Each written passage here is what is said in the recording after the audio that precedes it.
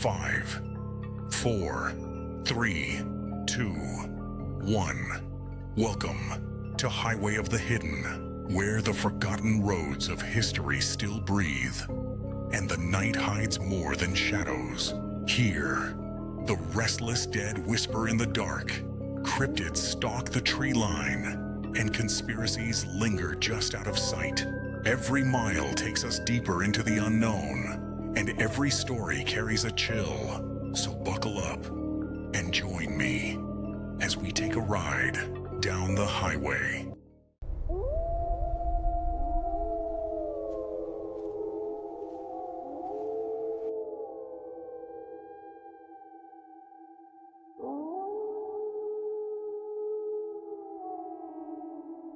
Hello, everyone, and welcome back to Highway of the Hidden. I'm your host, Polar Bear. Tonight's episode is different.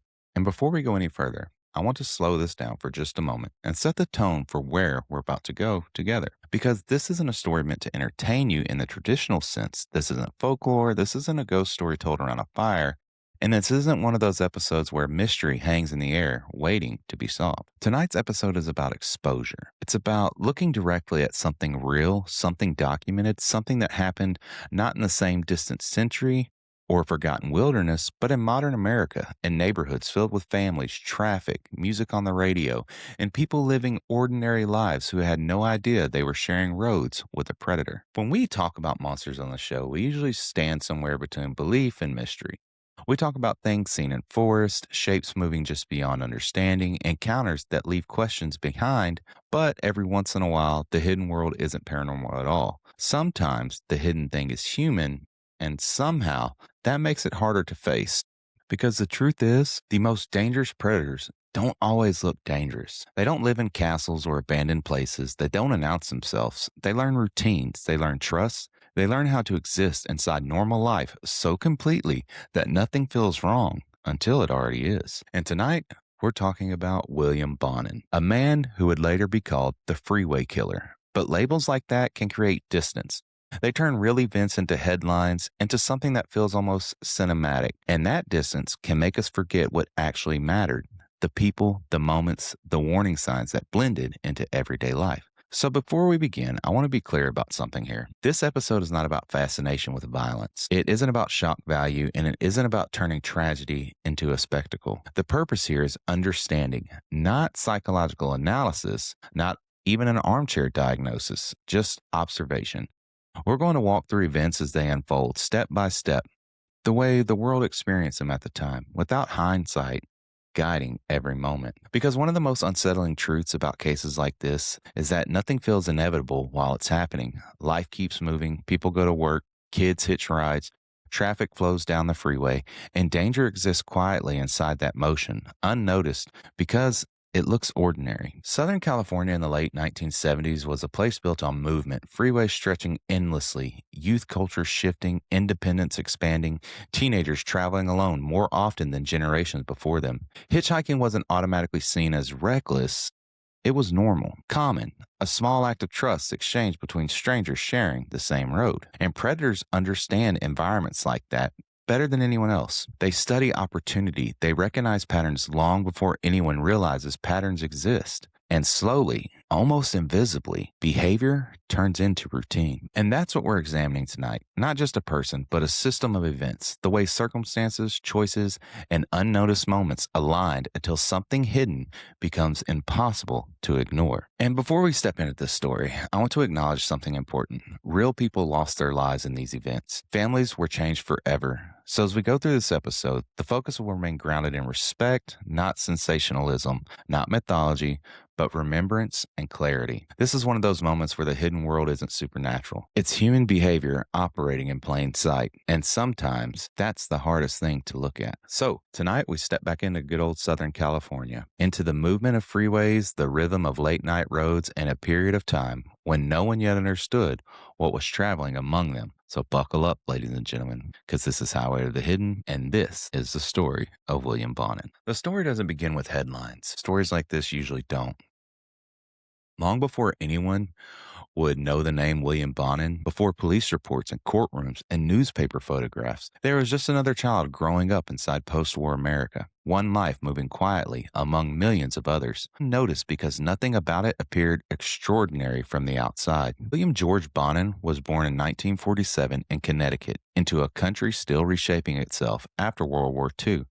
Families were relocating, industries were shifting, and the idea of stability, of building a normal life, carried enormous cultural weight. Appearances mattered, order mattered. The image of the American household mattered. Inside his early environment, movement and instability were already present. Family structures changed, care shifted between relatives, adults came and went. Authority existed, but consistency did not always follow it. Discipline appeared uneven, sometimes strict, sometimes absent, depending on circumstances rather than pattern. Homes changed, expectations changed. Childhood unfolded without a single steady center. During these early years, records describe behavioral issues that drew attention from adults and institutions.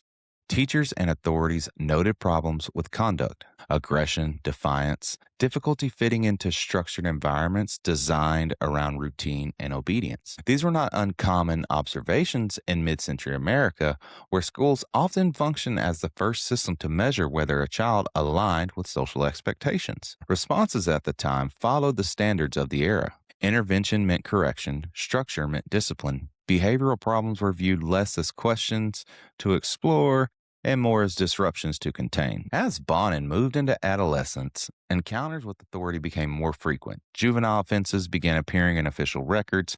Theft, disturbances, actions that placed him increasingly inside institutional systems rather than outside them. Each interaction added documentation, but documentation did not necessarily produce understanding.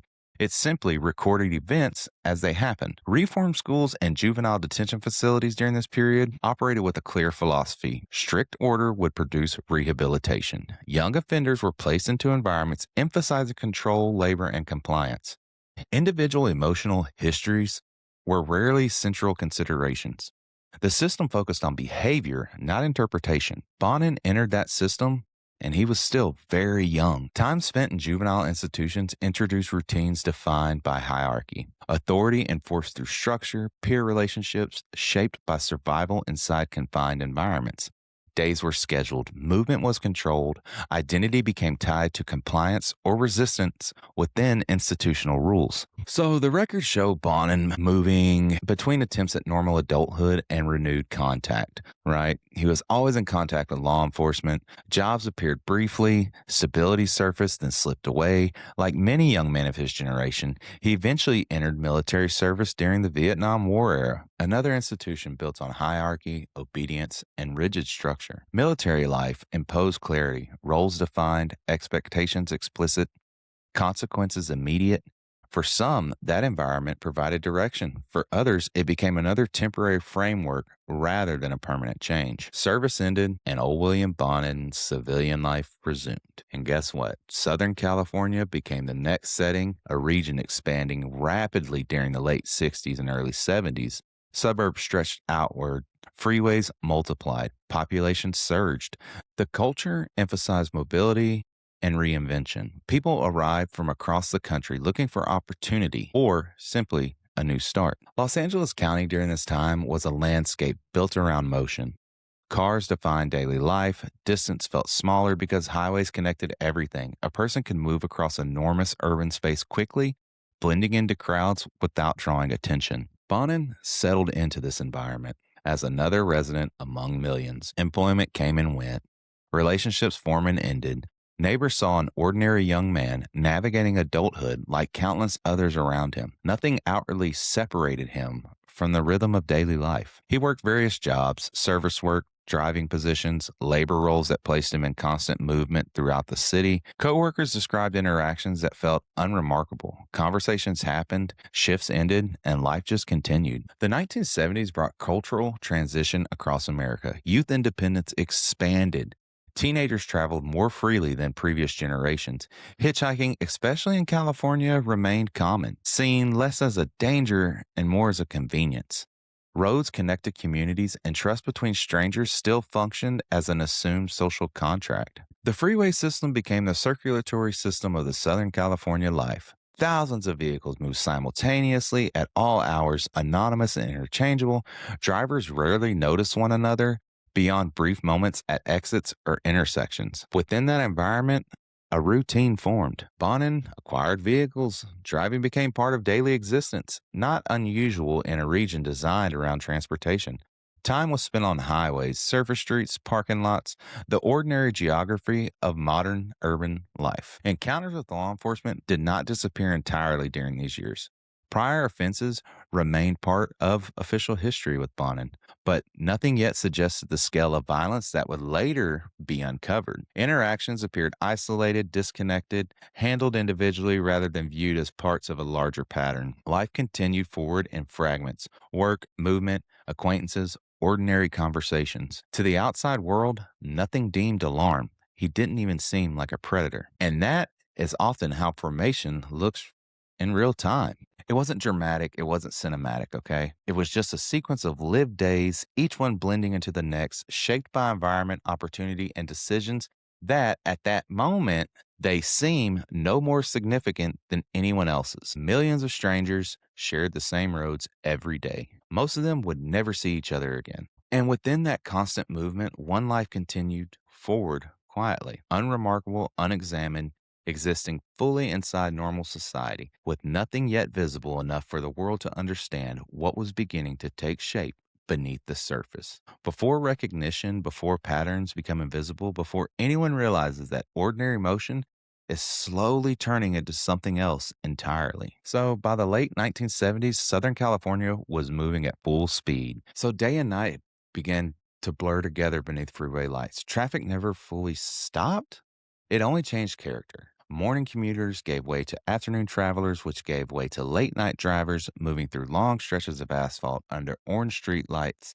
The roads created connections, but they also created anonymity. Thousands of vehicles passed one another without memory, without recognition, without consequence. It was an environment built on brief encounters. A driver slows, a passenger enters, a destination is assumed, and then both people disappear back into the motion of the city. Hitchhiking still existed inside that world as something ordinary. Teenagers and young men stood along entrance ramps, near gas stations, outside shopping centers, holding small signs or simply raising a thumb towards passing cars.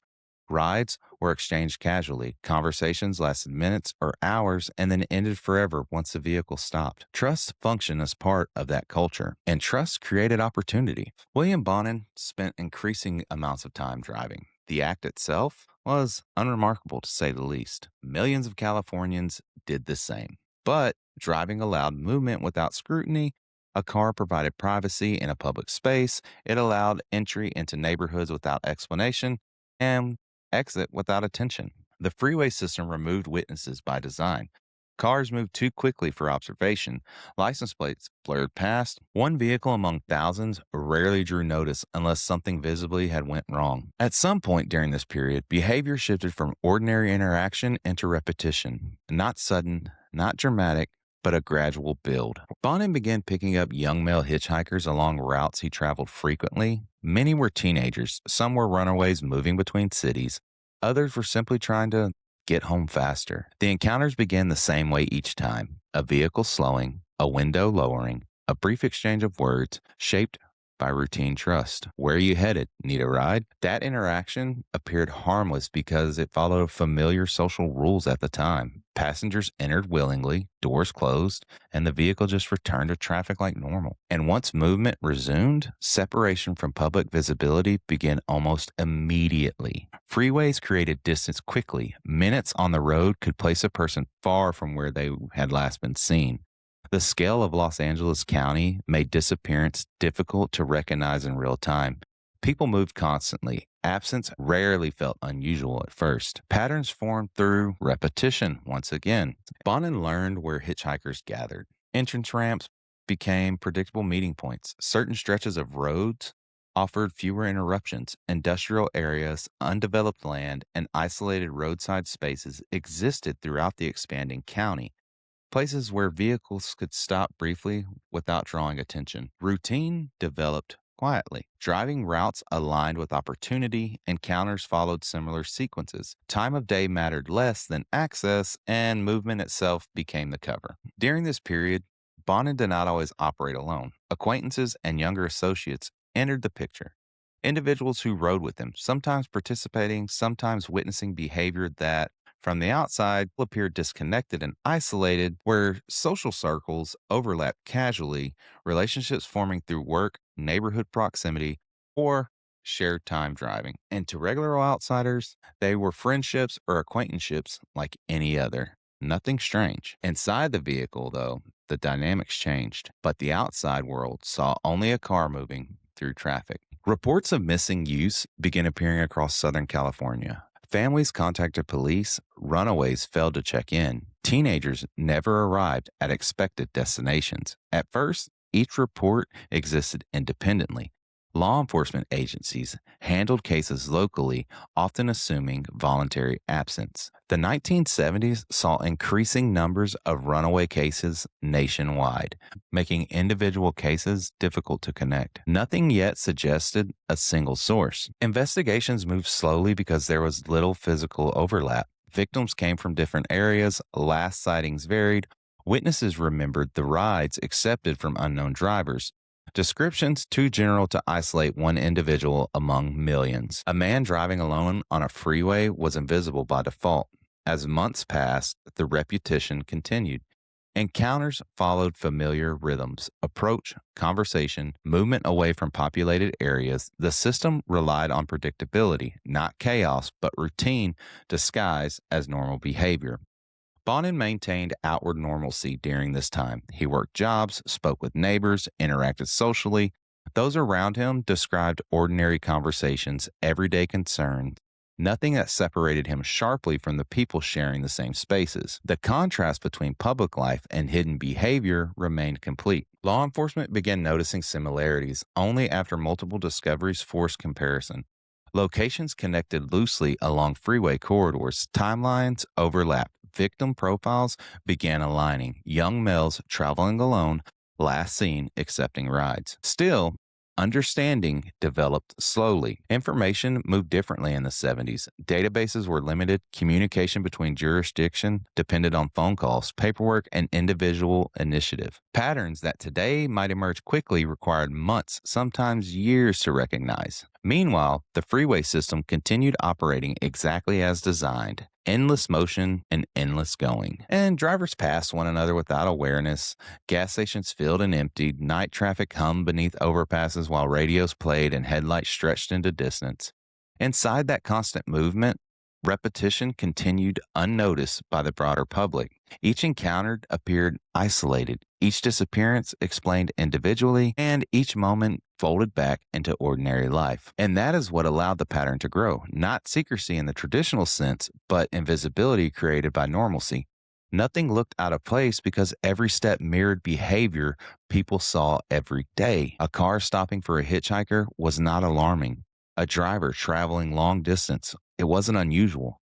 A stranger offering help did not automatically signal danger. The system worked because it blended perfectly with the environment surrounding it. Only later would investigators begin assembling timelines side by side, realizing that the same stretches of freeway appeared again and again. That descriptions shared quiet similarities, that movement itself had become the connecting thread. But during this period, while events still unfolded, Southern California moved forward. Unaware, families searched, reports accumulated, officers compared notes without yet seeing the full picture. And somewhere within the endless flow of traffic, routine continued, steady, practiced, and hidden inside the ordinary rhythm of the road. And yet patterns still remain invisible until something interrupts them. For months, even years, disappearances across Southern California existed as separate tragedies. Different police departments handled different reports, families searched within their own communities, Detectives worked individual cases, often without realizing they were standing inside a much larger investigation still taking shape around them. But systems built on repetition carry a weakness. The more often something happens, the more chances there are for interruption. By 1979, investigators in multiple jurisdictions began noticing similarities that refused to stay isolated. Victims shared overlapping characteristics, locations connected loosely along freeway corridors, timelines placed disappearances within reachable driving distance of one another. The connections were still incomplete, but uncertainty was beginning to shift into suspicion. Law enforcement started comparing information more deliberately. Reports moved between departments. Detectives spoke directly rather than working in parallel silence. Slowly, a possibility emerged, not a collection of unrelated cases, but a single offender operating across county lines. Even then, certainty remained distant. Southern California's scale worked against investigators. Millions of residents, endless vehicles, thousands of daily hitchhiking encounters that left no record behind. The description of a driver offering rides was too broad to narrow quickly. The witnesses' memories varied. Vehicles changed, names surfaced and disappeared without confirmation. The investigation advanced through fragments rather than breakthroughs. Then came interruptions, small moments that, on their own, might have meant little, but together began tightening the circle. Traffic stops, witness observations, survivor accounts that introduced consistency into what had previously been uncertainty. Individuals who had encountered a driver and lived to describe the experience provided details investigators could finally compare directly. Descriptions aligned more closely, a vehicle became part of the conversation, a physical presence began replacing the abstract idea of the unknown offender. Detectives followed leads carefully, building timelines instead of rushing conclusions. Surveillance increased, interviews expanded outward, touching acquaintances, coworkers, and people connected through casual relationships that had once appeared insignificant. That's when names began surfacing repeatedly. William Bonin entered investigative awareness gradually, not dramatically. At first, he was one person among many leads, another individual connected loosely through circumstance. But as detectives compared statements and movements, overlap increased. Locations matched known travel patterns. Associates connected previously unrelated accounts. That's when the investigation shifted from possibility to a direction. Law enforcement observed routines, movements were tracked, conversations reconstructed through interviews started revealing consistency between independent witnesses who had never met one another. Separate pieces of information began fitting together with uncomfortable clarity. And meanwhile, public awareness remained limited. News reports acknowledged disappearance, but lacked the unified narrative investigators were beginning to see. Families just continued waiting for answers without knowing how close the investigation had come to identifying a source. The turning point in this case did not arrive in a dramatic revelation. It came through accumulation. Enough information gathered that uncertainty no longer outweighed evidence.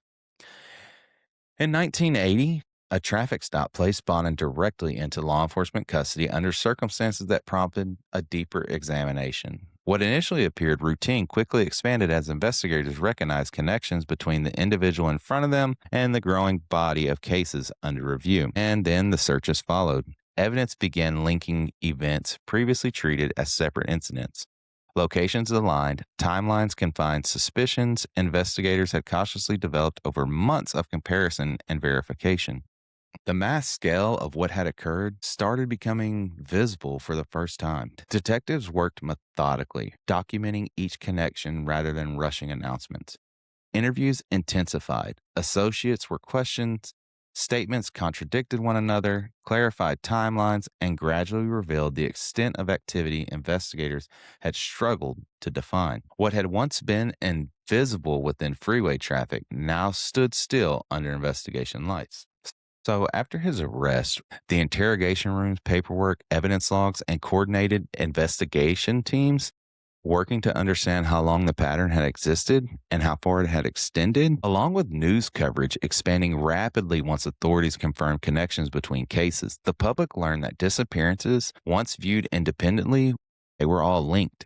Fear spread not because something new had begun, but because something ongoing had finally been recognized. Communities reevaluated ordinary behaviors. Hitchhiking once casual and common, suddenly carried a different meaning. Parents reconsidered freedoms previously granted without hesitation. The same freeways people traveled daily now felt unfamiliar, transformed by knowledge that danger had existed within routine life unnoticed. And investigators, they faced a difficult task, reconstructing events across years of movement. Each confirmed connection required verification. Each victim required identification and acknowledgement.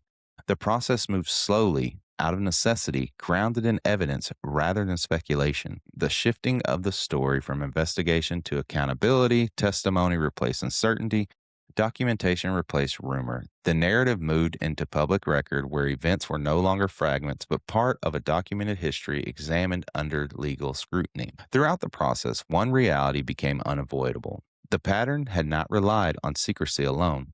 It had relied on the normalcy of it, on environments where trust functioned automatically without movement.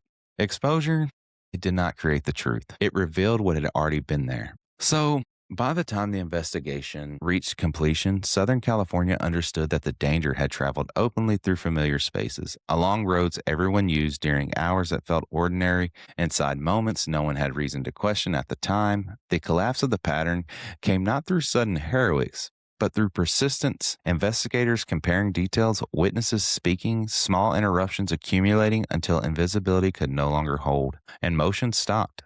The hidden became visible, and for the first time, families searching for answers began learning what had happened to the people they had been waiting to come home. So, when stories like this end, there's a temptation to focus on the investigation, the arrest, the courtroom, the outcome that finally brings a sense of resolution. But resolution is a word that belongs to systems, not to families. For the people who lost someone, there isn't a clean ending.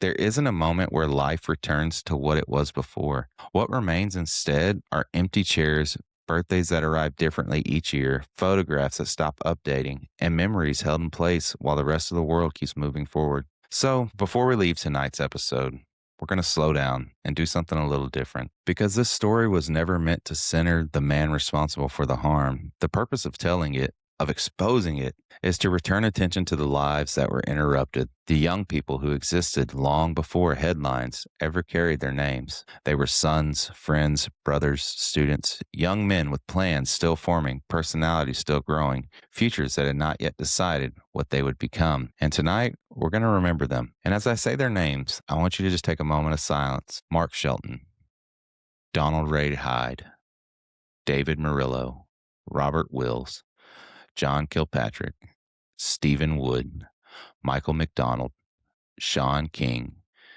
James McCabe, Thomas Lundgren, Kenneth Dewey, and Jeffrey Rignall. He survived and later spoke about what happened, helping investigators understand the truth. Each name represents a life fully lived up to a moment where everything changed. Each one mattered to someone who expected to see them again. When we hear cases described through numbers, it can create distance. Numbers feel abstract. Names do not. Names remind us that these were individuals moving through ordinary days, getting rides, making plans, trusting the world the way young people are taught to trust it. Nothing about those moments felt historic or dangerous at the time. They were simply living their lives. And maybe that's the hardest part of stories like this. Evil rarely announces itself as evil. It exists quietly until recognition arrives too late, which is why remembrance matters, not as fear, but as awareness, not as fascination, but as acknowledgement. And the hidden world that we talk about on this show often lives in mystery, things unexplained, encounters that leave questions behind. But tonight reminds us that sometimes the hidden thing is human behavior operating unnoticed inside everyday life. And remembering the victims, it restores balance to that truth because they are not footnotes in someone else's story. They are the reason the story is told at all. So whenever you're listening tonight, driving, sitting home, walking through your own quiet moment, just take a second of silence with me now. A moment to remember lives that deserve time, futures that deserve to unfold, and families who continue carrying memory forward long after the headlines fade. Thank you for taking that moment. This has been Highway of the Hidden, and I'm your host, Polar Bear. And if you'd like to share your thoughts, experiences, or stories, you can reach me at polarbearhoth@gmail.com or TikTok and Instagram, polarbearhoth, or Facebook, Highway of the Hidden. Until next time, y'all, stay safe out there, stay grounded, and I'll see you on the next one. And as the road disappears into the mist, The hidden waits for those brave enough to follow. Until next time, keep your eyes on the shadows and remember, every highway has its secrets. This has been Highway of the Hidden.